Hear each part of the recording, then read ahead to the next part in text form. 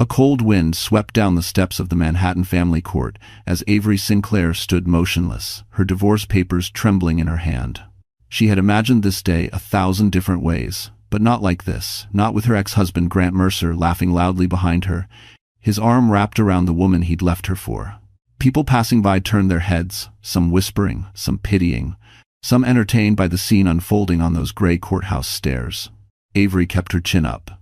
Her cheeks burned, her eyes stung, but she would not give Grant the satisfaction of seeing a single tear. 4 years of silence, manipulation, and being told she was nothing without him had taught her one thing. Sometimes dignity is the only armor a woman has left. "Look at her," Grant scoffed to his mistress, loud enough for half the sidewalk to hear. "She thought she could walk away and survive on her own. She doesn't even have a job anymore." It's action. The words sliced through her, but Avery didn't turn around. She simply took one slow breath and stepped off the curb, determined to disappear into the crowded street before humiliation swallowed her whole. But the universe had other plans. A sleek black Rolls-Royce Phantom, polished so sharply it mirrored the winter sky, pulled up to the curb with the quiet authority only old money possesses. The driver stepped out first, then opened the rear door with a precision that made the world pause. Avery froze. Grant stopped laughing, and the crowd, sensing something extraordinary, leaned in. Because stepping out of that car was Julian Collum, Manhattan's most elusive tech billionaire. A man seen more often on the cover of Forbes than on the streets. A man Avery had met only once but had never forgotten. He walked toward her as if he had been looking for her all this time. "Avery," he said gently, his voice grounding and steady, "you don't have to stand here another minute. Come with me." Grant's face drained of color. Avery's heart pounded. And then Julian extended his hand in front of everyone, as if offering her a second life. Avery stared at him, unsure whether to trust fate, until he quietly revealed he'd known about Grant's betrayal long before she did. For a moment, Avery wondered if her mind was playing tricks on her. The street noise, the honking cars, even Grant's mocking laughter, all of it faded beneath the weight of the figure stepping out of the Rolls-Royce. Julian Collum didn't just walk, he carried an aura that softened everything around him. His charcoal overcoat moved with the wind, his expression calm but unmistakably focused on her. It made no sense. They had met briefly, 2 years ago, during a design pitch. She was never allowed to finish because Grant had pulled her out halfway, claiming she was overwhelmed. She'd buried that humiliation deep, convincing herself Julian wouldn't have remembered the moment at all. Yet here he was, looking at her as if he'd been waiting for this exact second. "Avery," Julian repeated, his voice low enough to steady her trembling breath. "You don't have to stand in the cold for him. Not anymore. If you pressed him." Her pulse hammered. People were openly staring now. Someone pulled out a phone. Grant's mistress squeezed his arm, whispering nervously. Grant straightened his posture, trying to mask the shock on his face.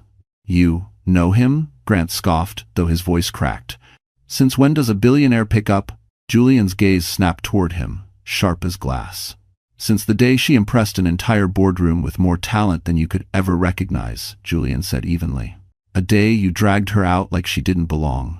A gasp rippled through the sidewalk. Avery felt her knees weaken, not from embarrassment this time, but from the sudden warmth of being defended openly, publicly, powerfully. Grant stepped forward, his bravado faltering. That pitch was a disaster. She wouldn't have survived in that world anyway. Avery is exactly the kind of person this city needs," Julian interrupted. "Hardworking, sharp, capable. Unfortunately, she was married to someone who feared her success." Grant's face flushed bright red. Avery wanted to speak, to explain, to defend herself, but words stuck in her throat. She had swallowed her own voice for years. Now she wasn't sure how to use it. Julian turned back to her. "I'm here because I heard what happened this morning. The firm you worked for received a message, one meant to sabotage you." His eyes softened. "And I know who sent it." Her stomach dropped. She had feared it, suspected it, but hearing it confirmed was like being struck by a slow-moving train. Grant stammered, "That's ridiculous. I don't know what lies she told you." "You don't have to lie," Julian said coldly. "I've seen the email." A murmur rose from the growing crowd. Avery's breath hitching, she managed, "Why? Why would you come for me?" Julian hesitated, choosing his words with care. Because no one deserves to walk away from a courthouse alone after being torn down by the person they trusted most. He stepped closer, offering his hand again, gentler this time. Let me take you somewhere warm, somewhere safe. Avery looked at his hand, then at Grant, whose confidence had drained into panic. For the first time in years, she felt the faint flicker of control returning to her chest. She didn't take Julian's hand yet. Her voice was soft but steady. You knew all along? Julian nodded once. Yes. And there's something else I need to tell you, something you were never supposed to find out. Avery's heart stopped as Julian leaned closer, preparing to reveal a truth that would change everything. Avery didn't know how her legs carried her, but somehow she found herself seated inside the back of the Rolls-Royce Phantom. The door shut with a soft thud that seemed to seal her away from the humiliation still echoing on the courthouse steps. The scent of leather, cedar, and something faintly like bergamot wrapped around her like a blanket. For the first time all morning, she felt her lungs fully expand. Julian sat across from her, his posture composed yet attentive. Through the tinted windows, Manhattan blurred past Fifth Avenue's winter-gray buildings, stretching upward like steel monuments. Avery's reflection stared back at her, tired eyes, wind-tangled hair, a fractured woman trying to piece together the last shreds of herself. You're safe now, Julian said softly, as if reading her thoughts. No cameras, no Grant, just breathe. She wished it were that simple. You said there was something I was never supposed to find out, Avery said quietly. What did you mean? Julian's jaw tightened. He looked toward the window for a moment, as though choosing his words carefully. 2 years ago, after your pitch, I reached out to your firm to request you personally for a private project, a large one. Avery blinked. I never heard about that. I know, Julian said. Your husband intercepted the request. The world tilted, a slow, nauseating spin. Julian continued, his voice steady but laced with anger on her behalf. He replied to my office under your email. Said you were stepping back due to emotional instability and couldn't handle high-pressure environments. He even signed your name. Avery's breath fractured. He used my voice to turn down work? He didn't want you working with anyone influential, Julian said, especially not someone who might see your value. Avery pressed a shaking hand to her mouth. She wanted to deny it, but it aligned too perfectly with the Grant she now recognized, controlling, insecure, terrified of being outshined by the woman he claimed to love. The city lights flickered across Julian's face as the car glided through a traffic stop. His eyes softened. I tried reaching out again. I even attended a gallery event, hoping to run into you. But every route I took kept circling back to him. He'd built walls around you, she whispered. I thought I was losing opportunities because I wasn't good enough. Julian leaned forward slightly. Avery, you were the most promising designer in that room. I don't forget talent, and I don't forget cruelty when I see it. Her throat tightened. No one had ever spoken of her with such conviction before. The car turned, the glow of Upper Manhattan casting pale gold streaks across the seats. Avery wiped her eyes before the tears could fall. She didn't want Julian's pity. She wanted her life back. Why tell me all of this now? She asked. Because I didn't want you walking back into your life believing you were the problem, Julian said. You deserved the truth. The Phantom slowed, merging into the steady rhythm of Park Avenue. Avery looked at him, really looked, and for the first time in years, she felt seen. Julian hesitated before speaking again. There's something else too, something even Grant doesn't know, and it involves the project you were meant to lead. Avery's pulse quickened, a sharp flutter under her ribs. What project? She whispered. Julian met her eyes with a gravity that sent a chill down her spine. Avery, the project was never cancelled. It's still waiting, and it has your name on it. Ender. The Rolls-Royce eased into the quieter stretch of Park Avenue, where the winter sunlight reflected off towers of glass and steel. Avery swallowed hard, her fingers twisting together in her lap. She had spent years shrinking herself to fit inside Grant's shadow. Now Julian was telling her she'd been meant for something far bigger, something she never even knew existed. The project, she whispered. What was it? Julian exhaled slowly, leaning back against the leather seat. A redevelopment initiative. A full interior concept and spatial design overhaul for one of Manhattan's oldest cultural buildings. The kind of project architects dream of. the kind that builds careers from nothing. Avery's heart thudded painfully. You wanted me to lead that? I still do, Julian said. The board approved your name before the sabotage happened. Avery felt her breath hitch. But I never even got a chance to present. You were supposed to, Julian said. I had your portfolio reviewed privately. Not a single architect with twice your years could match your instinct for space and emotional storytelling. The project director, my father, actually chose you after seeing your sketches. Her eyes widened. Your father? Julian nodded. He said your designs had soul, something this city had forgotten. Avery pressed a hand over her mouth. She remembered those sketches. She'd drawn them late at night, when the world felt quiet, and Grant was too busy criticizing her to notice the hope still flickering inside her. But if the project was approved, Avery said slowly, why didn't they assign someone else after I pulled out? Julian's expression shifted a mix of frustration and something darker. Because my father paused the project when he suspected something off. He didn't believe your email was genuine, especially after I told him about your husband dragging you out of the pitch. Avery blinked hard. He paused a multi-million-dollar redevelopment because of me. Because of integrity, Julian corrected gently. Something you were denied in your own home. Avery felt a sting behind her eyes.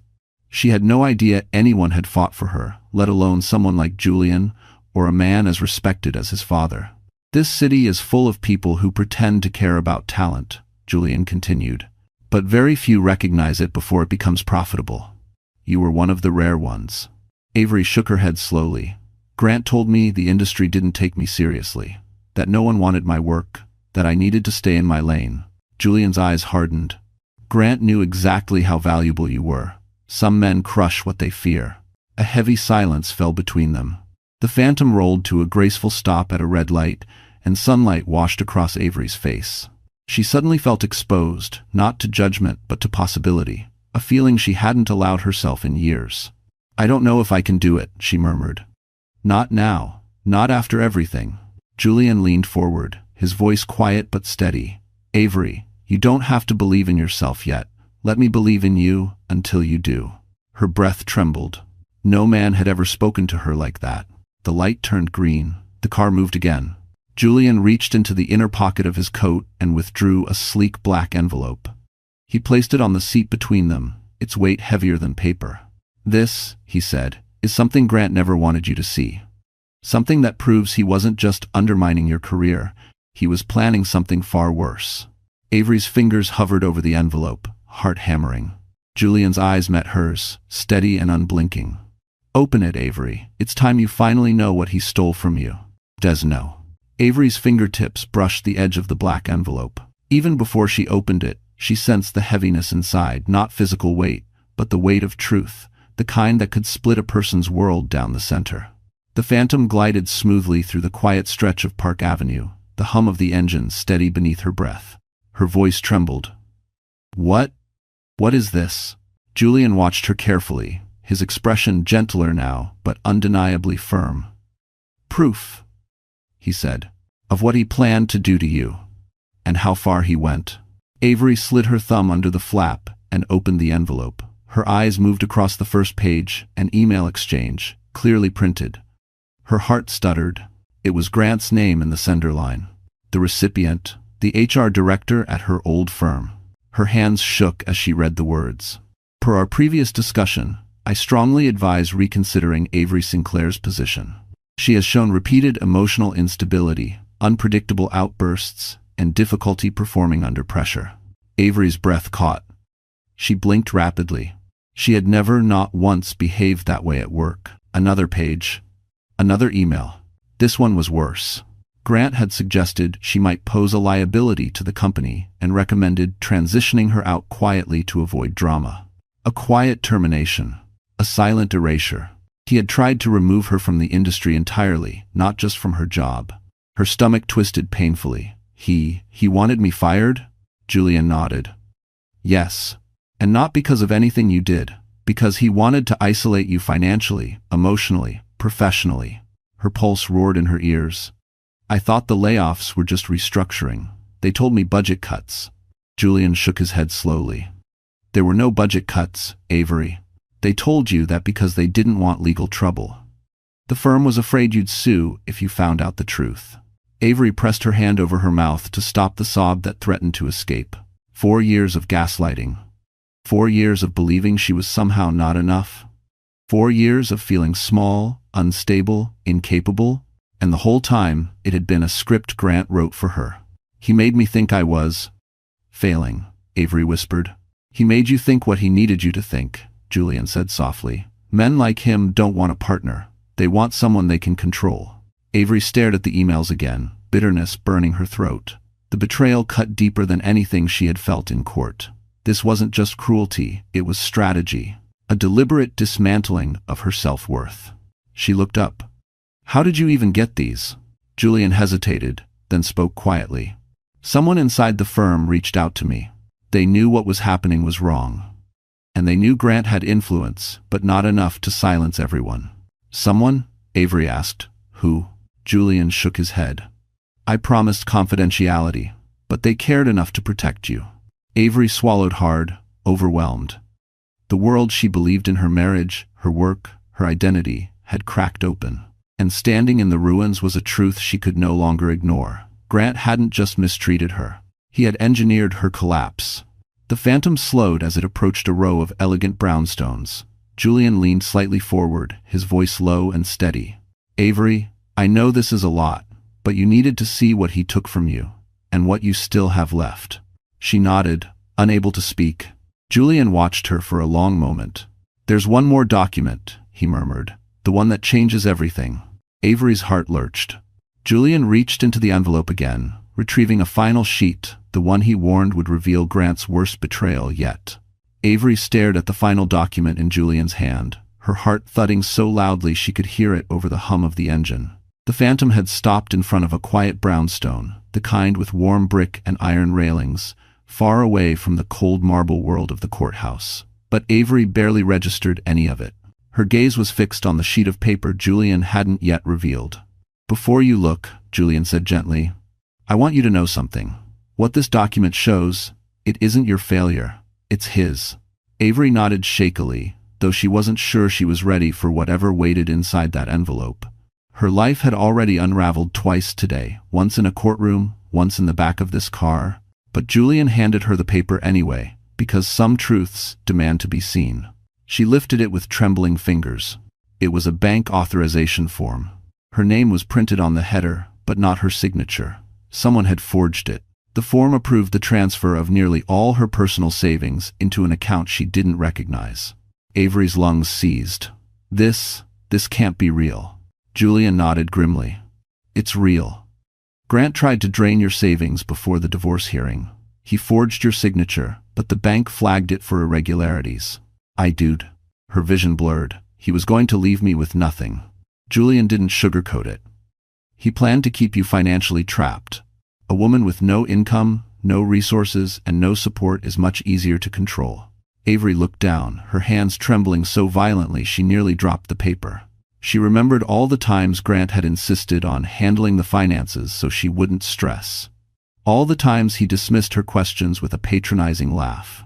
All the moments he made her feel young, foolish, incapable. But this was not just cruelty. This was theft. This was betrayal at a level she could barely comprehend. He told me I was careless with money, Avery whispered. He said I needed him to manage everything because I wasn't too reliable. Julian's eyes softened. He wanted you to believe that, because if you felt weak, he could stay strong. If you felt lost, he could stay in control. Thanks for watching. If you wanted the next wash, she pressed her palms to her face, fighting the sob building in her chest. It wasn't just the forged signature. It wasn't just the emails. It was the realization that she had lived in a cage carefully built by the man who vowed to protect her. Julian waited quietly, giving her space, not crowding her, not telling her to calm down, just being there steady, unshaken, unthreatening. After a long moment, Avery lowered her hands, her voice raw. Why would he do this? I loved him. I gave him everything. Julian's answer was simple. Some men destroy what they don't deserve. Avery looked away, staring out the window at the streetlights, glowing softly against the brick buildings. Her reflection stared back fragile, exhausted, but beginning to sharpen. The woman looking back at her wasn't broken. She was waking up. Julian leaned forward slightly. Avery, everything he took, you can rebuild. And you won't be alone this time. She swallowed, her voice barely a whisper. I don't know where to start. Julian opened the car door beside her, letting in a breath of crisp evening air. Start by stepping out of the life he controlled, he said. I can help you from there. Avery hesitated, then nodded. She stepped one foot onto the sidewalk, feeling the city beneath her again, steady and real. But before she could take another step, her phone buzzed. A name flashed across the screen. Grant. And the message he sent made Avery's breath stop cold. Avery stared at her phone, frozen on the sidewalk as the evening breeze swept down the quiet brownstone-lined street. The screen buzzed again, the same name glowing like a warning. Grant Mercer. Julian stepped closer, concern tightening his expression. You don't have to read anything he sends. But Avery had already opened the message. It was only one line. You think you're done with me? Come home now. We're not finished. If you want to know. A familiar chill crawled down her spine, the same cold fear she used to feel every time Grant's voice turned sharp behind closed doors. But tonight, something was different. She wasn't alone. She wasn't trapped. And she wasn't stepping back into his world ever again. Still, the message rattled her. Julian saw the tremor in her hand. He doesn't own you anymore, he said gently. There's nothing he can order you to do. Avery nodded, though part of her still struggled to believe it. He's angry. He knows he's losing control. Julian's jaw tightened. Good. Let him feel what you felt for years. Before Avery could respond, another message appeared. Don't make me come find you. Her chest tightened. He's never threatened me like that through text before. That's because he's panicking, Julian said. He expected you to crumble today. Instead, you walked away with dignity, and you were seen. Avery swallowed hard. He hates losing the narrative. Disaja. He already lost it, Julian replied, and he knows it. The air between them thickened with unspoken tension. Avery's instincts screamed to run, but not from fear, from the crushing overwhelm of everything unraveling at once. She drew a shaky breath. Julian, what should I do? You should block him, Julian said firmly, and let your attorney handle the rest. Avery hesitated, her thumb hovering uncertainly over the block contact button. Cutting Grant off completely felt final. It felt like closing a door she had spent years trying to escape but never actually locking. Julian noticed her hesitation. Avery, he said softly, you don't owe him a single moment more of your life. Her shoulders trembled. She exhaled, then pressed the button. The screen went silent. Julian's expression softened with something like pride. Good. But almost immediately, Avery's phone buzzed again, this time from an unknown number. Her blood ran cold. Avery, Julian said, let me see it. She shook her head. No, I need to. She opened the message. It wasn't text. It was a photo. A blurry, nighttime picture of the brownstone-lined street around them, taken from somewhere nearby. Avery's breath hitched. He's watching us. Julian's face darkened, his voice dropping into a low, controlled steadiness she had never heard from him before. He's crossing a line. Her pulse pounded violently. How did he even know where we were? Julian didn't have to answer. They both knew. Grant had always known how to track her credit card pings, location sharing she never consented to, subtle surveillance disguised as protectiveness. He's obsessed, Avery whispered. He won't let me go. Julian placed a reassuring hand near her arm, not touching her, but grounding her with presence alone. Avery, you are not going back to him. And you're not facing him alone. It's well. Avery nodded shakily, but before she could speak, headlights swept across the street, a silver car turning the corner too slowly, too deliberately. Julian turned toward it, eyes narrowing sharply. The car didn't pass. It stopped. Avery felt her breath collapse into her chest. Because the driver's door opened and the silhouette stepping out was unmistakably Grant. Grant's silhouette emerged from the silver car like a storm front, rolling in heavy, simmering, dangerous. Avery felt her entire body tense, instinctively taking half a step back until her shoulder brushed the open door of the Phantom. Julian shifted subtly, positioning himself between her and the man who had once controlled every part of her life. Avery, Grant barked, his voice sharp enough to slice through the quiet street. Get over here, now. She froze, her pulse pounding a frantic rhythm against her ribs. Old habits clawed their way up: fear, compliance, the instinct to shrink. But Julian's steady presence beside her cut through the panic like a warm blade. "You shouldn't be here," Julian said, his voice cool, even. "This isn't your property. And she isn't your possession." Grant let out a bitter laugh. "Save the hero speech. You think showing up with your fancy car is going to impress her? She's my wife." "Ex-wife," Avery corrected, barely above a whisper, but firm enough to make Grant's jaw tick. He took a step forward, ignoring Julian entirely, his eyes snapping to Avery with a fury she'd seen too many times. "A piece of paper doesn't erase vows. You think you can walk out on me and embarrass me in front of everyone today?"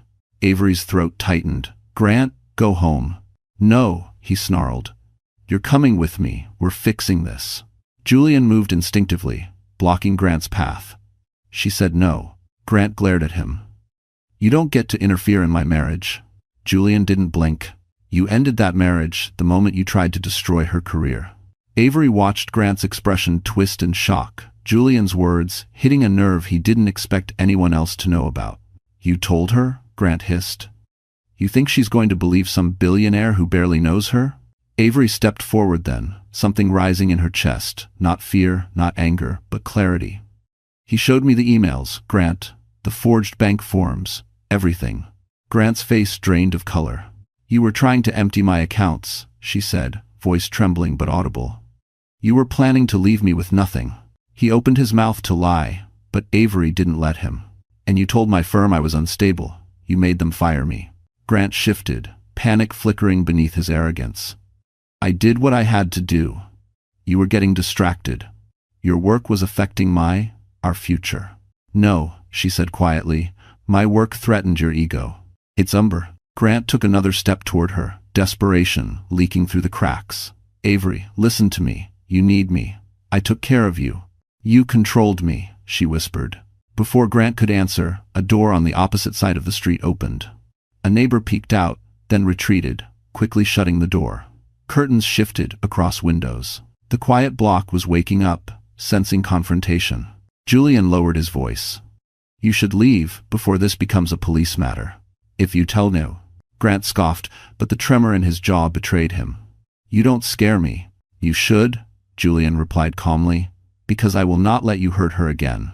Avery felt a surge of something fierce, unfamiliar strength returning to her bones. Grant looked between them, his breathing ragged. "Avery, don't you dare walk away." She met his eyes steadily. "I already did." His expression darkened into something ugly. "You'll regret this." Julian stepped forward, voice razor-sharp. "That's enough." Grant hesitated, shook his head, then retreated toward his car. But before getting in, he pointed at Avery with a trembling hand. "This isn't over." He sped away. Silence settled. Julian turned to Avery. "Are you all right?" She nodded, though her body still trembled. But before Julian could say anything else, his phone buzzed sharply, and the name flashing across the screen made his expression change instantly. "Avery, it's my father. He wants to see you. Now." "Everyone." Avery sat stiffly in the back of the Phantom once more, her pulse still uneven from the confrontation with Grant. Julian had insisted she come with him, reassuring her that his father wouldn't have called unless it was truly important. But she couldn't shake the nervous flutter in her stomach. Meeting Julian Cullum's father, a man known in Manhattan as both a visionary and a storm, felt like stepping into a world she had never been allowed to approach. The Phantom glided through Midtown toward Park Avenue, where the Cullum Systems executive tower rose like a monolith of steel and white light. Avery watched the building grow closer, its sharp lines cutting into the night sky, and wondered if she was ready for any of this. Julian glanced at her as they approached the private entrance. "My father isn't someone you need to impress," he said quietly. "Just be yourself." She let out a shaky breath. "Julian, myself barely made it through today." "Aso." He offered the faintest smile. "And yet you survived it with more grace than most people could." The doors opened, and they stepped into a marble lobby so pristine it felt like stepping into a different universe. Soft lighting diffused through frosted glass panels. A grand staircase curved upward like something out of an architectural dream. Avery's eyes traced every line automatically, the old instinct of a designer resurfacing despite the chaos of her day. They were escorted to the top floor, where a private office overlooked all of Manhattan. The skyline glittered beneath them, a sea of diamonds stretching from river to river. Inside the office stood a tall man in his late 60s, silver hair perfectly groomed, posture unwavering. His presence was powerful, not loud, the kind of authority built over decades, not inherited. Thomas Colum, Julian's father. Avery Sinclair, he said, turning toward her with a slow, assessing nod. I've been waiting a long time to meet you properly. Avery's breath caught. Sir, I didn't know you even remembered me. Oh, I remembered, Thomas said. Anyone who produces work with that kind of raw intuition is unforgettable.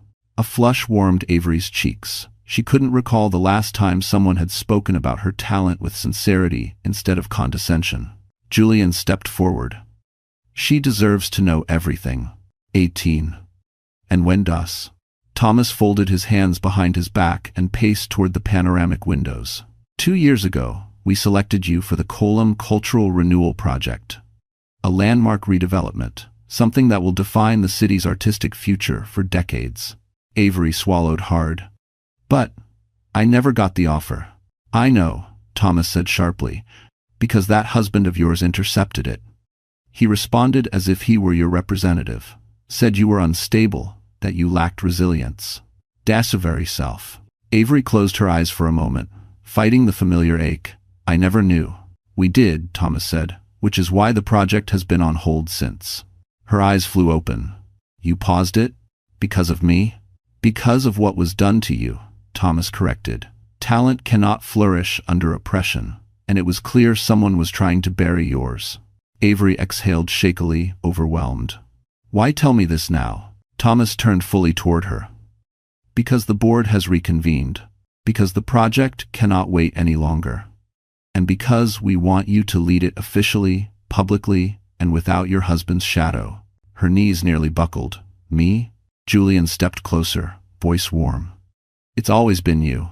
Avery felt tears prick her eyes, not from sadness, but from the breathtaking shock of being chosen for something she thought she had lost forever.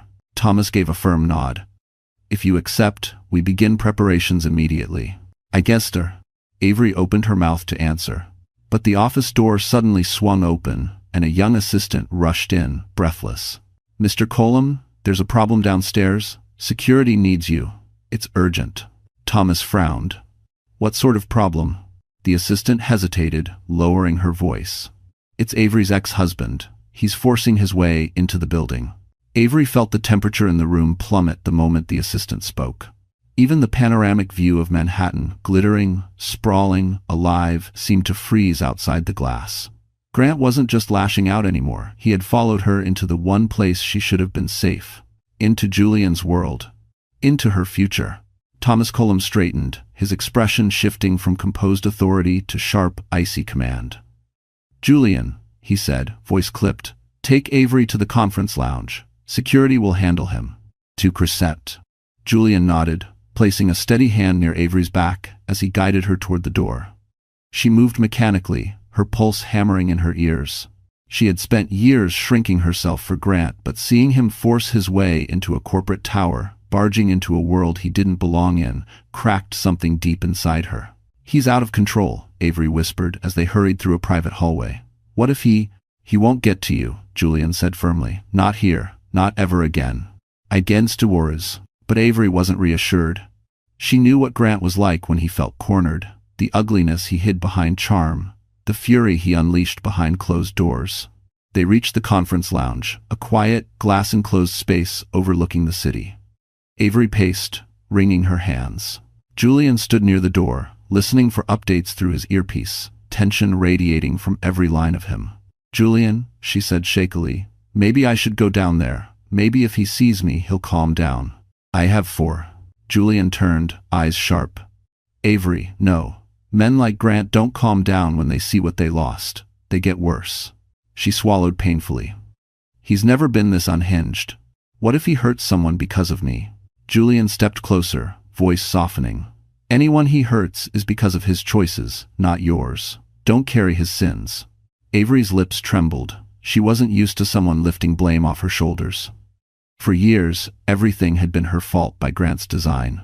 Before Julian could say more, the door burst open, and Thomas entered, his expression thunderous. "He's demanding to speak with you," Thomas said to Avery. "Only you." Avery released a shaky breath. "I don't want to." "You won't," Thomas said. "Colum Tower is not a place for tantrums or threats, and I've instructed security accordingly." Julian frowned. "What exactly is he doing?" Thomas exhaled sharply, shouting in the lobby, claiming Avery was kidnapped, threatening lawsuits. "And now?" He hesitated. Julian's voice snapped. "And now what?" Thomas lowered his voice. "He's telling reporters outside that Avery is mentally unstable, that she's being manipulated by you, Julian. He's trying to get ahead of a narrative he can't control." Avery's stomach twisted. "He's dragging the media into this?" "He's desperate," Julian said bitterly. "And when desperate men lose control, they claw at anything they can." Avery sank into a chair, gripping the armrests. "I can't believe he would lie like that, publicly." Thomas gave a humorless laugh. "Believe it. He's trying to discredit you before the truth about his actions comes out." Julian crouched in front of her, meeting her eyes. "Avery, you don't have to face him alone. I will confront him myself." "No," Thomas interjected. "That's exactly what he wants. A public scene with someone powerful enough to amplify his lies." Julian rose, jaw clenched. "Then what do we do?" Thomas turned to Avery, his expression softening in a rare, paternal way. "You need to take control of the narrative. He fears your voice, Avery, because once you speak, his lies collapse." Avery's breath hitched. "What are you saying?" Thomas stepped aside and pointed toward the door. "Security has contained him in the lower lobby. If you want to end this, really end this, you need to face him on your terms. Is there Fredge?" Avery stood slowly, strength returning to her limbs, one breath at a time. Julian reached for her hand. "Are you sure you want to do this?" he whispered. Avery lifted her chin. "No, but I'm going to do it anyway." They headed for the elevator. But as the doors slid open, Thomas stopped them with one final revelation. "Avery, your ex-husband isn't alone down there. He brought someone, and you're not going to like who it is. Take a step." Avery felt her stomach twist as the elevator descended toward the lower lobby. Every floor the numbers blinked past felt like peeling back another layer of the life she thought she'd already escaped. Julian stood beside her, steady and silent, while Thomas waited behind them with an expression carved from stone. But Avery couldn't shake Thomas's last words. Your ex-husband isn't alone down there. Who else could Grant possibly drag into this humiliation? Her mind raced a colleague? A lawyer? Someone from her old firm? No, none of them would make sense. The elevator chimed. The doors opened, and Avery's breath collapsed in her chest. Standing next to Grant, pale, anxious, clutching her purse like a lifeline, was Avery's mother. A woman she hadn't seen in nearly 3 years. Avery stumbled back a step. "Mom?" Her mother's eyes were already brimming with tears. "Avery, sweetheart, Grant told me you were in trouble. He said you ran off with strangers. He said you weren't well." Avery blinked in stunned silence. Her mother lived in Pennsylvania. She hated the city. She would never come to Manhattan unless the situation sounded dire or catastrophic. Grant had told her mother she was unstable, just like he told Avery's firm, just like he told his mistress, just like he told anyone who would listen. "Karen," Grant said smoothly, slipping an arm around her mother's shoulder. "I'm just trying to help her. She's confused right now, emotional." He glanced smugly at Avery. "She's being manipulated." Her mother looked between them, bewildered. "Avery, why didn't you call me? If you were struggling." "I'm not struggling," Avery said, the tremor in her voice fighting for control. "He lied to you." Grant scoffed. Of course she'd say that. This man, he jabbed a finger toward Julian, has been filling her head with God knows what. Julian stepped forward, tone razor calm. "I've told her the truth. Something you've avoided for years." Grant's expression twisted. "Stay out of this." "Or what?" Julian asked softly. The temperature seemed to drop. A security officer approached Thomas discreetly. "Sir, are we removing him?" Thomas shook his head once. "Not yet." Avery's mother wiped her cheeks. "Grant said you had a breakdown, that you attacked him, that you emptied your accounts out of spite." "Avery, I didn't know what to believe. Avery's chin quivered. I never attacked him. He tried to bankrupt me, Mom. He forged my signature. Her mother inhaled sharply, staring at Grant. You? Did you do that? Grant forced a laugh. Karen, don't listen to her. She's overwhelmed. No, Avery snapped, her voice suddenly clear and ringing across the lobby. I'm done being spoken over. I'm done being rewritten. People stopped. Security paused. Even Grant froze. Avery stepped forward.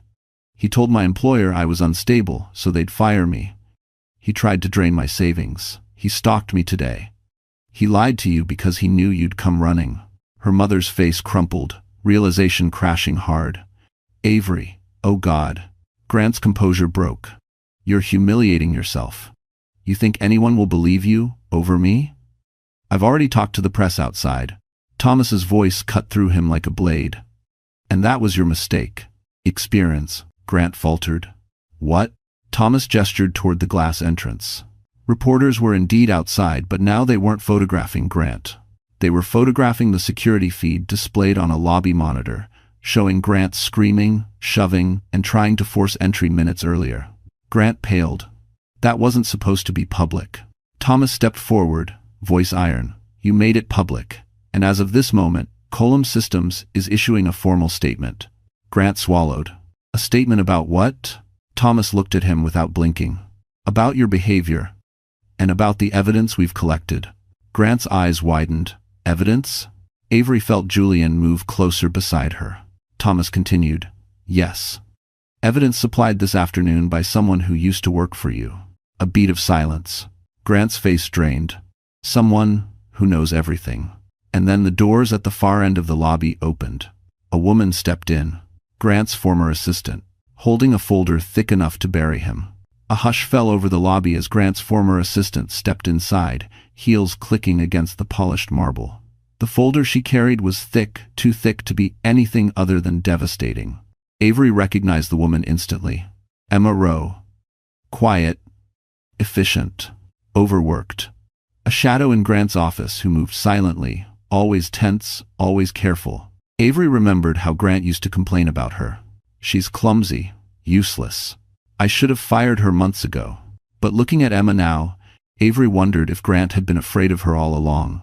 Emma didn't look at him. She walked straight to Thomas Colum and handed him the folder. Everything is in here, Emma said, her voice steady in a way Avery had never heard before. Emails, recordings, financial documents. I couldn't stay silent anymore. Grant snapped. Emma, what the hell do you think you're doing? She finally looked at him with a calm Avery had never seen. Telling the truth? Grant's face reddened. You're a disgruntled employee. Nothing in that folder is real. Thomas opened the folder. The first page alone made his brow lift. These are internal memos from your company, Mr. Mercer. Undeniably authentic. Grant lunged forward, but security stepped between them.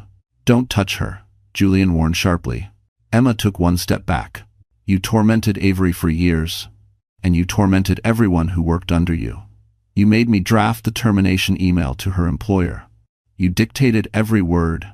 Avery's knees weakened. He made you write the email calling me unstable? Emma nodded. He didn't want to send it from his account. Told me if anything backfired, I'd take the blame. Grant barked out a laugh, but it was brittle, desperate. So what? None of that proves anything. Emma wasn't finished. She reached into her coat and pulled out a flash drive. This does. Grant's face drained. Thomas took it from her. What's on this? A recording, Emma said. One he didn't know I had. Grant lunged again. Emma, stop. Julian stepped in front of Avery, and security pinned Grant back. Thomas's voice boomed across the lobby. Play it. Within seconds, a security officer connected the drive to a small monitor. The audio crackled to life. Grant's voice filled the lobby. She's nothing without me. If I have to forge her name to keep her in line, I'll do it. And if the firm fires her, even better. She'll have nowhere to go.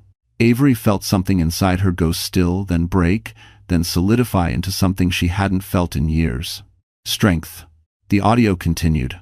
I'll drain her accounts before she realizes what's happening. She won't survive a week on her own. A gasp echoed across the lobby. Avery's mother clutched her chest. My God. Grant thrashed against the guards. That recording is illegal. She had no right. Thomas looked unimpressed. Funny how men who violate every boundary suddenly care about legality. Julian moved closer to Avery, speaking softly but firmly. This is the beginning of the end for him. Avery didn't look away from Grant. For the first time, she saw him clearly not as the man she once loved, but as the small, frightened, angry thing beneath the facade. You don't own me anymore, she said, voice firm. Grant spat back. You think this changes anything? I'll destroy any future you try to build. Thomas stepped forward, eyes glinting. No, the only future being destroyed here is yours. Grant twisted, desperate, wild with panic. You can't do this. Oh yes, Thomas said calmly, we can. But before the guards could remove Grant from the building, one of the security officers approached Thomas hesitantly. Sir, there's another problem. If you won. Thomas frowned. What now? The officer pointed toward the glass doors. A new crowd was forming outside. Reporters, cameras, flashing lights. A video just leaked online, the officer said, of everything that happened here, and it's spreading fast. Avery's eyes widened. A video? He nodded. Yes, and someone posted it from an account using your name. Avery felt the room lurch as if the ground tilted beneath her. A video? Posted under her name? She shook her head, disbelief tightening her throat. I didn't post anything, she whispered. Thomas exchanged a sharp glance with Julian. Security, pull it up, he ordered. Within seconds, a nearby screen lit up. A paused video thumbnail showed the entire confrontation in the lobby, Grant shouting, being held back by guards, Emma revealing the flash drive. Everything. Avery's heart slammed against her ribs. How did someone film that? The security officer responded grimly. Someone in the lobby must have recorded it before our team locked down the floor. The angle suggests it was taken behind the security desk. We're reviewing footage now. Julian stepped closer to the screen, jaw tight. Play it. The video began. Grant's voice echoed through the speakers, loud, furious, unhinged. She belongs to me. She wouldn't even survive without me. It's not Tessent. A chorus of gasps erupted from reporters outside the glass doors. Flashing cameras stuttered like lightning. Then came Emma's voice, steady and resolute. You forged her signature. You tried to ruin her career. The clip ended abruptly, cutting before Avery's reaction or Thomas's intervention. Avery could hardly breathe. This looks like I released it, she said softly. That's why someone used your name, Thomas replied. They wanted the public to believe you retaliated. I'm the one. Grant twisted against the guards, snarling. Of course, she released it. She's always been dramatic. No, Julian cut in sharply. She didn't. And anyone who looks at the account metadata will know that. Avery felt a sickening realization creeping in. This wasn't random. Someone wanted the world to see this, but also wanted it to look like I leaked it. Emma nodded grimly. Someone who wanted to hurt Grant, but also make Avery look unstable. Grant scoffed. Why would anyone want to hurt me? Thomas looked at him like he was the world's most exhausting problem. Because you've wronged more people than you can count. The security officer approached again. Mr. Colum, we traced the account that posted the video. A tense silence fell. It was created this afternoon. Anonymous email. VPN active. No direct identifiers. Avery's shoulders slumped. But the officer wasn't finished. However, we did trace the device used. It was a phone registered to... He hesitated, glancing at Avery. Registered to who? Avery urged. The officer exhaled. Your mother. Avery staggered backward. My mom? That's impossible. She doesn't know how to upload a video. Karen's face flushed with confusion. Avery, sweetheart, I don't know anything about that. I barely know how to check my voicemail. Grant immediately seized the moment. See, she's lying. She posted it. Julian stepped forward so fast, the guards tensed. Say one more lie about her, and you'll regret it. But Avery shook her head. No, this doesn't add up. My mother wouldn't have posted anything. Someone must have used her phone. Karen gasped. My phone. It went missing for a few minutes during the drive here. I thought I misplaced it. Julian's eyes narrowed. Someone stole her phone just long enough to upload the video. Someone who rode with her. Someone who convinced her to come to Manhattan today. Avery turned slowly toward Grant. His face twisted, not with guilt, but with fear. "You used my mother," Avery whispered, voice cracking. "You filmed everything and posted it under my name. And hers." Grant's mask finally shattered. I needed leverage.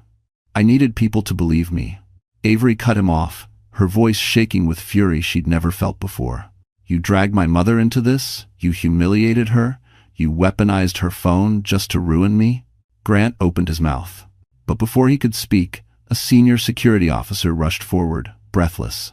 "Mr. Cullum, there's been a breach. Someone accessed the restricted floors remotely." Thomas stiffened. "Who?" The officer swallowed hard. "It appears someone hacked into the building system, using Grant Mercer's personal credentials." For a heartbeat, no one moved. Even the hum of the security monitors seemed to pause as the officer's words hung in the air. Hacked, using Grant Mercer's credentials. Avery felt a cold numbness spread through her chest. Grant's panic, however, was immediate. "That's impossible," he barked. "Someone's framing me." Thomas stepped closer, his eyes razor-sharp. "Our systems are fully internal. External access is nearly impossible. Whoever hacked in had deep familiarity with our protocols or used someone else to get it." And security enlarged the log feed on the nearest monitor.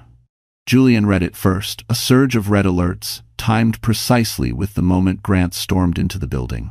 "Grant," Julian said calmly, "these credentials weren't stolen. They were used at the exact time you were in the lobby, causing chaos." Grant sputtered. "I didn't touch anything. I don't even know your system." Emma stepped forward, arms crossed tightly. "That's funny. Because you made me download a program onto your laptop last year for a meeting at Colum Systems. You said you needed access. I didn't know what it was for, but it looks like you did." Grant whipped around, furious. "You don't know what you're talking about." But the fear in his eyes betrayed him. He did know. A security officer approached Thomas urgently. "Sir, the breach attempted to access the Cultural Renewal Project files. Someone tried to delete them." Avery's heart dropped. "The project?" Thomas's face hardened. "The files were protected. The attempt failed, but someone wanted to destroy it before Avery ever got to lead it." Grant threw his hands up dramatically. "Oh, come on, why would I care about some stupid design project?" Julian stared him down. "Because it was the one thing she could rebuild her life on, and you couldn't stand the thought of her rising without you." Grant opened his mouth, then shut it. His silence was louder than any confession. Avery felt something inside her click into place. A boundary, once buried under fear, now rising with astonishing clarity. "You hated the idea of me having a future," she said softly. "You were afraid of losing control." Grant snapped. "I wasn't afraid. I was trying to protect our marriage." A bitter laugh escaped her lips, the first in years. "Marriage? You weren't protecting a marriage. You were protecting your power." "Thanks for watching."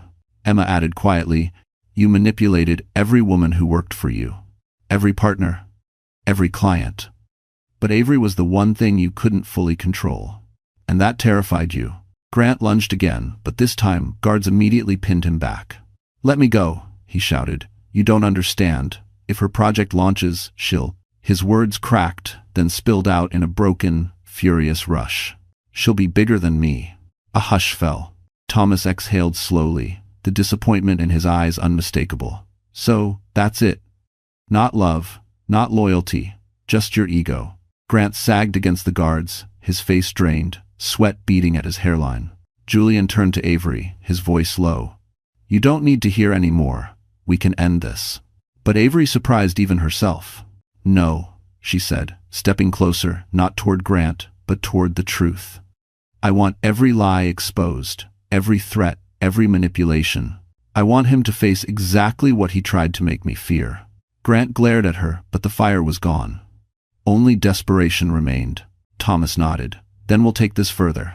He turned to the head of security. "Call NYPD and forward the evidence folder, the recordings, and the hack logs." Grant's face went white. You're calling the police?" Julian's voice was ice. "You didn't just sabotage her life. You committed fraud, identity theft, corporate intrusion. You did this to yourself." The guards tightened their grip as Grant began shouting again, his voice cracking under panic. But before anyone could escort him out, another phone buzzed, sharp, urgent. It was Thomas's, he answered, listening silently. Then, his expression shifted. Grave. He looked at Avery. Avery, there's something else, something we didn't know. Her breath caught. What is it? Thomas slowly lowered the phone. The hack wasn't just an attempt to delete your project. It was sent to multiple news outlets. And they're about to publish something about you. Avery felt her throat close as Thomas lowered the phone, his expression tight with concern. The lobby's reflective marble seemed to ripple beneath her feet, as if her reality were warping again just when she thought Grant's destruction had reached its limit. What are they publishing? Avery asked, trying to keep her voice steady.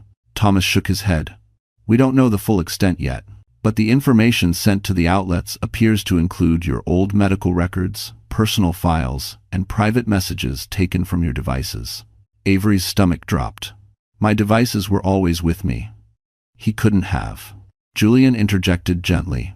Avery, he had access to your cloud account. Remember your old phone, the one he insisted on setting up for you? The memory hit her like a physical blow. Grant smiling, telling her she didn't need to worry about passwords, because he'd handle them. She'd believed it was kindness. It had been surveillance.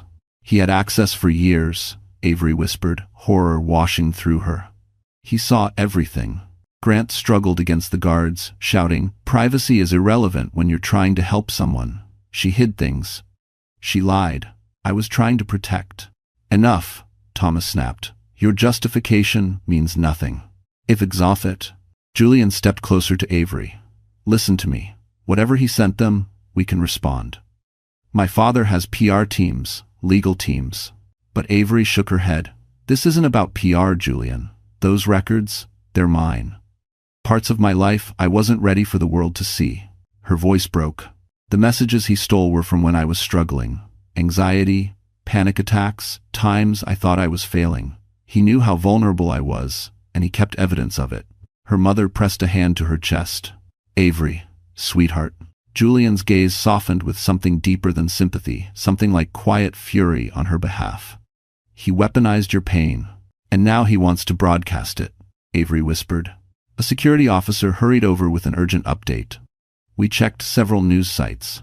Nothing posted yet, but we found an anonymous email with attachments. The content hasn't gone live. Can we stop it? Julian asked. We contacted the outlets, the officer replied. Most are reviewing the material but haven't published. They'll hesitate once they realize the data was obtained illegally. But one outlet. He hesitated. Thomas stepped forward. Which one? The officer winced. City Pulse. They're known for sensational leaks. They're preparing a headline. Avery closed her eyes, tears forming. City Pulse was brutal. They didn't fact-check. They didn't soften anything. They exploited pain for profit. Julian knelt beside Avery, lowering his voice so only she could hear. Avery, look at me. She opened her eyes, trembling. You are not the woman he's trying to portray, Julian said, and whatever comes out, you will not face it alone. Not anymore. Avery wiped her cheek. He took everything he could, except my dignity. I won't let him take that too. Thomas's phone buzzed again. He answered sharply, listened, then exhaled. It hasn't gone live yet, he said. But City Pulse wants a comment. They say if Avery responds directly, they'll hold the story temporarily. Avery's breath caught. They want me to comment? Thomas nodded. They think you leaked the lobby video. They believe you're seeking publicity. Avery's jaw clenched. I didn't leak anything. We know, Julian said. But the public doesn't. Avery straightened. If they want a statement, she said, I'll give them the truth, not his story. Thomas nodded approvingly. We can arrange a controlled statement immediately. But sir, the security officer interrupted, eyes wide. There's another issue. Everyone turned. The officer swallowed. City Pulse wasn't the only outlet Grant contacted. A second publication was sent an even larger dump of files. Avery's voice dropped to a whisper. Which publication? The officer hesitated, then answered. The New York Ledger, and they've already opened the files. I was what? Avery felt her heartbeat ricochet through her ribs. The New York Ledger wasn't just another publication, it was one of the most respected, widely read outlets in the country. Unlike City Pulse, the Ledger wasn't known for gossip.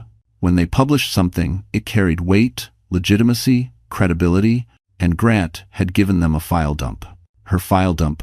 Julian stepped closer instinctively, his presence wrapping around her like a shield. What exactly did the ledger receive? He asked the officer. The guard swallowed. Everything City Pulse got, and more. They received a separate folder labeled Sinclair Evidence. Avery's blood ran cold. Evidence of what? The officer hesitated.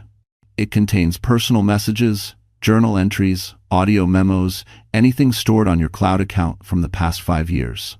Avery steadied herself on the conference table. Those were private. They were never meant. That was my life, my pain, my thoughts. He had no right. Grant snarled against the guards. If she insists on playing victim, the world deserves to know the truth. Julian's eyes darkened lethal, controlled fury. What you did wasn't exposing truth. You stole her privacy. You broke into her accounts. You tried to destroy her future. Grant spat back. She destroyed mine first. Avery looked at him, bewildered.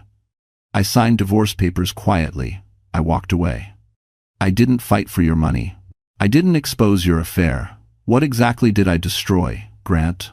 Grant struggled, chest heaving. My reputation. You walking out made me look weak. Avery exhaled, a long, steady release of disbelief and exhaustion. So you ruined my life because you were afraid of looking small? He glared with feral resentment. Yes. The room went still. Not one person attempted to soften what he confessed. Not one person believed he misspoke. Thomas approached Avery with unexpected gentleness. The ledger opened the files, but they haven't prepared a headline yet. That means they're sorting through everything, trying to determine if it's real. So they're reading years of my life right now, Avery whispered. Julian lowered his voice. We can fight this. My father has lawyers who specialize in privacy violations. We can freeze publication. Thomas nodded. Already in motion. But the security officer shifted uneasily. There may be a complication. Julian's head snapped up. What complication? The officer cleared his throat. The ledger's editor-in-chief received an anonymous note attached to the file dump. It said, "Publish everything. The world deserves to see who she really is." Avery winced. That sounds like him. Thomas shook his head slowly. Not necessarily. The note is written in a style unlike Grant's professional, calculated. Someone else may be helping him. A fresh wave of confusion washed over Avery. Helping him? Who would? Someone who benefits from your silence, Thomas said. Someone who didn't want you leading the Cultural Renewal Project. Avery stared at him. What are you saying? Someone inside the project sabotaged me? Thomas didn't answer immediately. Julian did. There were board members who disagreed with the original decision, he admitted carefully. People who wanted the project to go to a firm with more political connections. Avery's pulse quickened. So someone on your board joined Grant in trying to get rid of me? We don't know, Thomas said, but the timing is too precise to ignore. Suddenly, another notification buzzed on Thomas's phone. He checked it, then blanched. What is it? Avery asked. Thomas looked up, voice heavy. The ledger just called. They want to interview you. Live within the hour. If you refuse, they'll assume you have something to hide. Avery's throat tightened. A live interview? Tonight? Julian took her hands gently. You don't have to do it. But Avery shook her head. No, I won't let someone else define me again. Before Julian could respond, Thomas received another alert, this one flashing across the lobby monitors. A new headline appeared on the ledger's website. Breaking. Leaked files. Raise questions about Avery Sinclair's stability. Avery staggered. But then, another update flashed immediately beneath it. This headline was posted from inside our newsroom, not by our staff. Julian's eyes widened. Someone had hijacked the ledger's system, and they had published the headline themselves. Avery had never seen a newsroom's internal system hacked in real time. The headline appeared, disappeared, reappeared, then flickered like a warning flare. It wasn't just sabotage anymore. It was war. Thomas barked orders into his phone. Julian wrapped a steadying arm behind Avery without touching her, a silent anchor. Security scrambled, reporters shouted from outside, and the Colum Tower lobby buzzed with electricity. But amid the chaos, a new message lit up on the lobby monitor. Miss Sinclair will appear tonight at the Plaza Gala for a live statement. Julian froze. Avery, did you authorize that? She shook her head. I didn't even know there was a gala tonight. Thomas swore under his breath, rare and sharp. Someone wants you in a public arena where they can control the narrative. Avery's pulse spiked. The plaza is going to be filled with press, donors, city officials. And enemies, Julian muttered. But Thomas lifted a hand. It could also be an advantage, a controlled environment. Many of the Ledger's board members will be there. If you speak directly, you could shut down their stability narrative before it spreads. Avery looked between them. You think I should go? Julian hesitated deeply, visibly. Only if you want to, because if you step into that ballroom tonight, the whole city will be watching. There's no turning back. Avery inhaled slowly. Grant dragged my name through the mud today. The board doubted me. The press is already circling. She straightened, voice firming. If they want to watch, then they're going to see the truth. Thomas nodded approvingly. I'll arrange a secure entrance. If it mended, Julian searched her face for fear, but instead found resolve. Then, I'm with you, all night. Avery gave him a grateful, shaken smile. And, 2 hours later, the Plaza Hotel glowed like a golden jewel against the Manhattan skyline. Limousines lined the entrance, gowns shimmered beneath chandelier light, and the red carpet looked like a river of fire. Avery stepped out of the Phantom, wearing a simple but elegant black gown loaned by a Colum stylist. She felt powerful, not because of the dress or the cameras flashing wildly as she approached, but because for once, she wasn't hiding. Whispers rose the moment she entered the ballroom. That's Avery Sinclair. Isn't she the one from the leaked video? She looks completely fine to me. She's with Julian Colum? Julian stayed close, not protective, but supportive. An equal, not a savior. Thomas approached them with several board members in tow, their faces curious, analytical. One of them, a distinguished woman in a navy silk gown, studied Avery closely. You're the designer Thomas kept the project on hold for. Avery met her gaze steadily. Yes. And I intend to show you it was worth the wait. Several board members exchanged looks, impressed ones. For the first time all day, Avery felt the ground shift in her favor. But then, a scream erupted from the ballroom entrance. People turned, cameras snapped, energy spiked. A figure stumbled into the gala, breathless, hair disheveled, clothes half-torn. For a moment, Avery didn't recognize her. Then she did. Emma Rowe, Grant's former assistant, trembling, terrified, eyes searching the crowd until they landed on Avery. Avery, she cried out, you're not safe. Julian grabbed Avery's arm. What happened? Emma shook violently. Someone followed me after I left the tower. They tried to grab me, they said, if I didn't hand over the rest of the files. She broke off, tears streaking down her face. A hush fell as the crowd absorbed her words. Someone else was hunting the evidence. Someone worse than Grant. Emma clutched Avery's hands desperately. Avery. It wasn't Grant behind the Ledger headline hack. Avery's breath caught. Then who? Emma's voice cracked. Someone on the Colum board. And they're here tonight. I knowed her.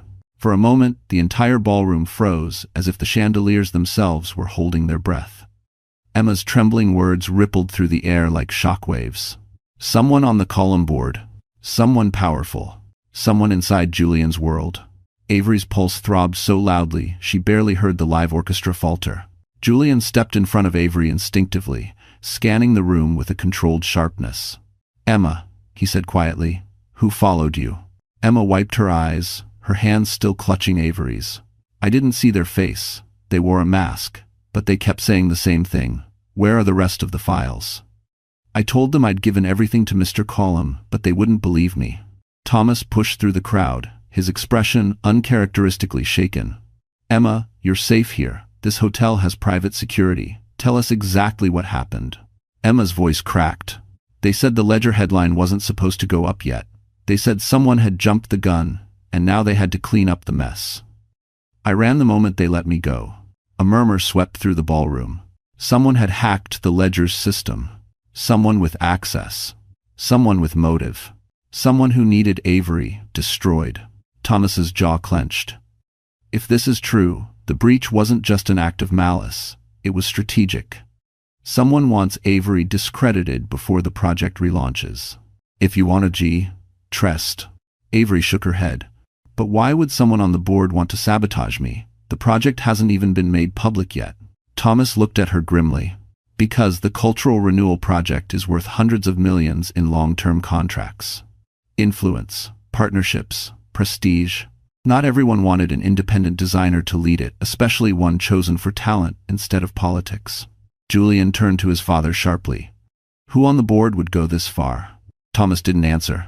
Not immediately. Instead, his eyes swept across the room. The donors, the executives, the glittering gowns and tuxedos. Avery followed his gaze, her heart tightening as she realized she had stepped into a ballroom full of strangers. But one of them wasn't a stranger after all. One of them had already tried to destroy her. Emma tugged Avery's arm gently. There's one more thing. The masked person. Before they ran, they said something else. Avery braced herself. What did they say? That Avery wasn't supposed to accept the project, Emma whispered. That the board had already promised it to someone else, someone they'd been grooming for months. Avery felt her stomach drop. Someone who wanted my spot.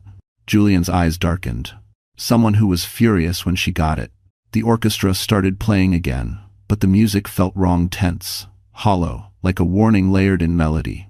Suddenly, the ballroom doors opened, and a tall woman in a satin silver gown entered, flanked by donors and executives. The crowd parted for her effortlessly. Her presence commanded attention, polished smile, impeccable posture, a confidence sharpened like a blade. Avery recognized her from board meetings she never attended but had heard about through whispers. Marisa Thornwell, renowned architect, power broker, and the woman who had lobbied aggressively to secure the Cultural Renewal Project for her own firm. Her eyes scanned the room until they locked onto Avery, and the smile she offered wasn't friendly. Thomas muttered under his breath, "Of course." Julian stepped closer to Avery. "She's been against you from the beginning." Avery swallowed hard. "Do you think she?" "Not think," Thomas said. "No. Do office." Marisa approached with slow, deliberate steps, champagne glass in hand, her expression poised, elegant, dangerous. "Miss Sinclair," she purred, "I was hoping to speak with you tonight. I understand you've had quite a day." Avery stiffened. Some of it was unexpected. Marisa nodded. "Well, you'll find this city can be unforgiving when ambition isn't managed properly." Julian bristled. "If you have something to say, Marisa, say it." Marisa tilted her head, feigning innocence. "Only that not everyone believes Avery is fit to lead a project as consequential as ours." Avery lifted her chin. "And some people will do anything to make sure of that." Marisa's smile twitched the first crack in her perfect composure. But before she could respond, the ballroom lights flickered, then dimmed. The orchestra stopped mid-note. A hush fell. A voice crackled over the hotel's speaker system. A distorted voice. Calm. Cold. "Avery Sinclair. Step forward. It's time the truth about you finally comes out." The ballroom plunged into a low, eerie glow as the chandeliers dimmed. Gasps rippled through the crowd, glasses clinked nervously, and the orchestra fell silent mid-note. Avery felt every muscle in her body tense. The distorted voice echoed again, vibrating through the marble columns. "Avery Sinclair, step forward." Julian immediately moved in front of her. "Don't. It's a setup." But Avery wasn't sure she could hide anymore. Not after everything. Not after years of being silenced by Grant and hours of being hunted by unseen enemies. Thomas strode toward the nearest security post. "Find the source." "Now," the voice continued, steady and chillingly controlled. "Tonight the city deserves to know who Avery really is. What she hides, what she fears." Marisa Thornwell's lips curled with restrained satisfaction, as though she were witnessing the inevitable unraveling of a rival. Avery met her gaze and saw something unmistakable. Triumph. Emma clung to Avery's arm. "That's the same voice that chased me. Same cadence, same tone." Julian's jaw clenched. "Someone hacked the hotel's sound system. That requires serious access." "Or inside help," Thomas muttered darkly. The massive projector on the ballroom's far wall flickered to life. The crowd turned as a grainy video appeared, not the lobby footage, but something far more personal. Avery's breath caught. It was her. In her old apartment. Sitting alone on the edge of her bed, crying silently into her hands. Grant had recorded her without her knowing. During her worst nights, her lowest moments. "No," she whispered, shaking her head. He wouldn't. But she already knew he would. The ballroom fell silent, except for the distorted voice. This is the woman they want to lead Manhattan's renewal. A woman too fragile to manage her own life. As for Avery, felt a wave of humiliation threaten to swallow her. Her chest tightened, her vision blurred. She could feel the weight of every eye in the room, pitying, judging, curious. Grant had filmed her. Grant had kept these videos. Grant had leaked them. Julian stepped closer, voice low and fierce. "Don't look at the screen, Avery. Look at me." But the video continued. Her shaking hands, her whispered apologies to herself, her panicked breathing, her grief used as a weapon. The voice thundered again. How can she lead a landmark project when she can't even lead herself? The projection suddenly cut to a close-up of Avery's tear-streaked face, a raw moment she had never shared with anyone. A murmur rose through the ballroom like a growing storm. Thomas slammed a fist onto the security console. "Shut it off. Cut the feed." "We're trying, sir," a guard replied urgently. "The system is locked out."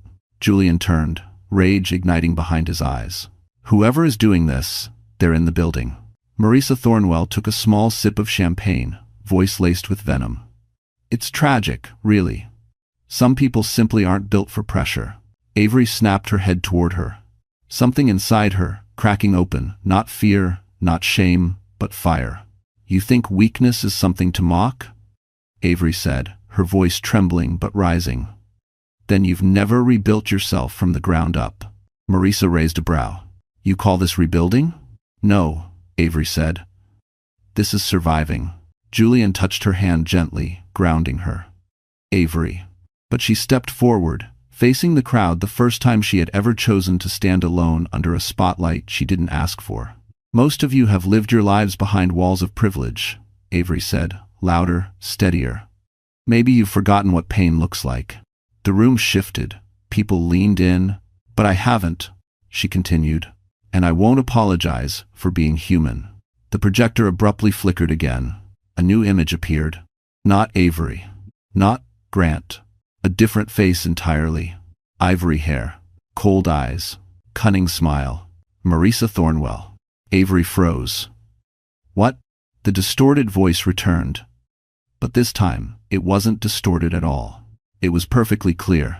And it wasn't Grant. "Enough lies, Marisa. Time they see what you did." The ballroom erupted into chaos as Marisa Thornwell's face filled the projector screen. Her icy composure cracked for the first time all evening. She spun toward the sound booth, barking orders, but nothing changed. Her image remained, glowing across the plaza's gilded walls. Then a second video began to play. Not grainy, not stolen, perfectly clear. Marisa seated at a conference table, leaning in toward two unknown executives. Her voice was unmistakable. "If Avery Sinclair gets the project, we lose our leverage with the city, so we bury her. Quietly, thoroughly, and with no loose ends." A collective gasp swept the ballroom. Marisa lunged toward the projector. "Turn it off. This is illegal." Thomas stepped forward. "You mean like hacking the ledger's servers? Like leaking private medical files? Like stalking and attacking an employee?" Marisa's face drained of color. "I did no such." But the video continued. "We'll use Mercer. He's desperate enough. Feed him everything he needs to destroy her image. Then, when his mess is big enough, we discredit him too." Avery staggered, stunned. "You used Grant?" Julian's eyes simmered. "She orchestrated everything." Marisa's mask fully shattered. "You think a nobody like you deserves to lead a multi-million-dollar project? You think talent matters in this city? Power is what matters. Power and connections." Julian stepped between her and Avery. "And you've just lost both. If you're Ashangeras." Security moved in as more footage played. Documents, voice memos, emails. Marisa thought she had wiped clean. Evidence of her involvement in the ledger breach. Evidence of her attempt to delete Avery's project. Evidence of the masked attack on Emma. Emma's voice trembled but carried strength. "She was the one who followed me. Her perfume, her shoes, I recognized them when she entered the gala." Marisa snapped. "Lies. You're all lying." But the room had already turned against her. Board members whispered. Donors backed away. Phones came out to record. Her empire was collapsing right before her eyes. Thomas nodded to security. Escort her out and contact NYPD Cybercrimes Unit. Charges will follow. Marisa shrieked as the guards seized her arms. You fools. She'll ruin the entire project. She's unstable. She's weak. Avery stepped toward her, voice soft but devastating. No, I'm resilient. And today, I proved it. Marisa's struggles slowed.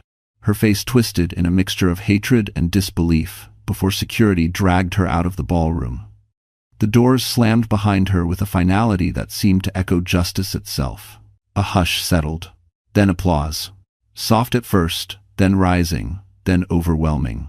Avery felt her vision blur, not with shame this time, but relief. Release. Julian turned to her, pride shining in his eyes. Avery, you ended it. On your terms. She exhaled shakily. For the first time in years, I feel free. Is it Tommen? Thomas placed a steady hand on her shoulder. And now that truth has prevailed, I'd be honored if you would officially lead the Cultural Renewal Project. Tears filled her eyes. Yes, I will. The crowd erupted again. Julian stepped closer, a rare tenderness softening his features. There's one more thing, if you'll let me say it. Avery looked up, heart steady for the first time. Julian? He took her hand publicly, confidently, with no hesitation. Avery Sinclair, I don't want to just stand beside your career. I want to stand beside your life, if you'll have me. A gasp swept the ballroom. Avery's breath caught joy, disbelief, and something achingly hopeful unfurling inside her. She squeezed his hand. Yes, she whispered, I will. Julian smiled, an honest, unguarded smile reserved only for her. Cameras flashed, applause rose. The city outside glittered as if celebrating with them. Tonight, Avery didn't reclaim her dignity. She claimed her future. And for the first time in years, she stepped into it with love, power, and a life that finally belonged to her. So, that's how the story ends. And if you are still here with me right now, it means something in Avery's journey touched your heart in a quiet, personal way. Maybe you've met a Grant before. Maybe you've had to rebuild yourself when no one believed you could. Or maybe, just maybe, you're standing at the edge of your own new beginning. The Stoics used to say, you have power over your mind, not outside events. Real strength begins there. Avery's story reminds us of exactly that. People may try to control you, define you, or silence you, but the moment you reclaim your voice, everything changes. Healing is not loud, it's not glamorous.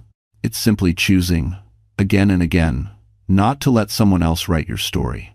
And hey, if you're here, listening, breathing with me in this moment, maybe life is inviting you to rise a little higher too.